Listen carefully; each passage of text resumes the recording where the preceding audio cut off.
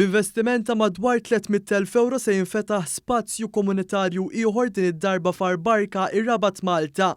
Dan il-proġett li hu konformi mal-linji gwida l-persuni b'diżabilità ra wkoll it-tħawwil ta' 170 siġra u pjanta fosthom dawk tal-Klin, taż-Żebbuġ u tal-Prinjol. Il-Perit ta' dan il-proġett Ann Casha spjegat ix-xogħlijiet maġġuri li saru. Aħna hawnhekk irranġajna il-layout tal-ġnien qed maqsum fi 3 livelli.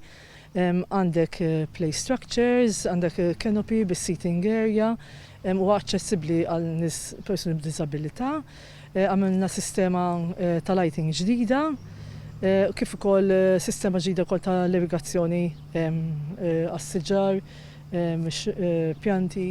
Il-Ministru għall-Infrastrutturi BORG semma l-importanza taż-żieda ta' spazji miftuħa madwar il-pajjiż fosthom tal-Park Nazzjonali ta' Malta. Il-komunitajiet Maltin u Għawċin huma ċana spazji miftuħa manke viċin id-dar tagħhom. Aħna qed nagħmlu il-Malta National Park ta' Qali gburi li bħala Ministru għaddejjem b'dawk ix-xogħlijiet, però dak huwa il-bogħod mid-dar tal-familji tat-tfal tagħna. Hawnhekk fir-Rabat qegħdin passi l-bogħod minn komunità li qiegħda terġa' tiġi aktar żagħżugħa. Preżenti għal din iż-żjara kien hemm ukoll is-Sindku tar-Rabat Sandro Kraus li semma kif dan huwa bandli tal-ogħla kwalità b'aktar inklużjoni u li se jkun qed jitgawda mit-tfal tal-lokalità.